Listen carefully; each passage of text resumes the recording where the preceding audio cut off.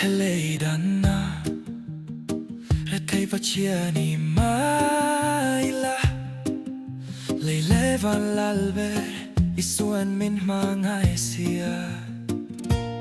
buaina zawngte Anin thlen la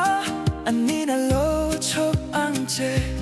phurrit zawngte Isuan thlamuanna chauhlhna muang Isua chauh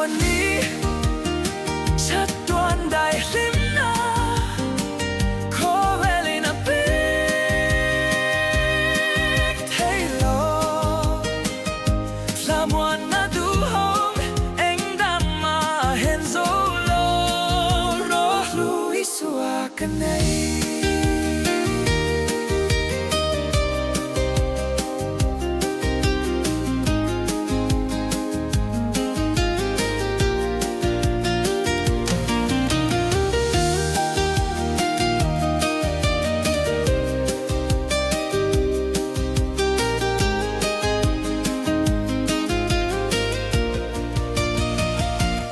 chatuan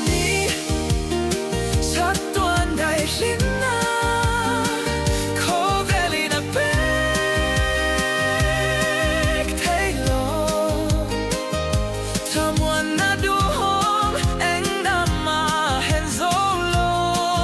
ROHLU ISUA KA NEI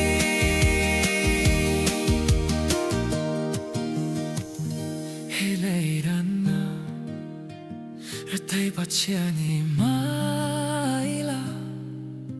leile van lalbe Isuan min hmangaih sia buaina zawngte Anin thlen la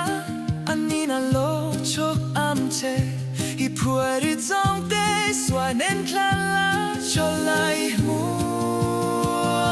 Isua chauh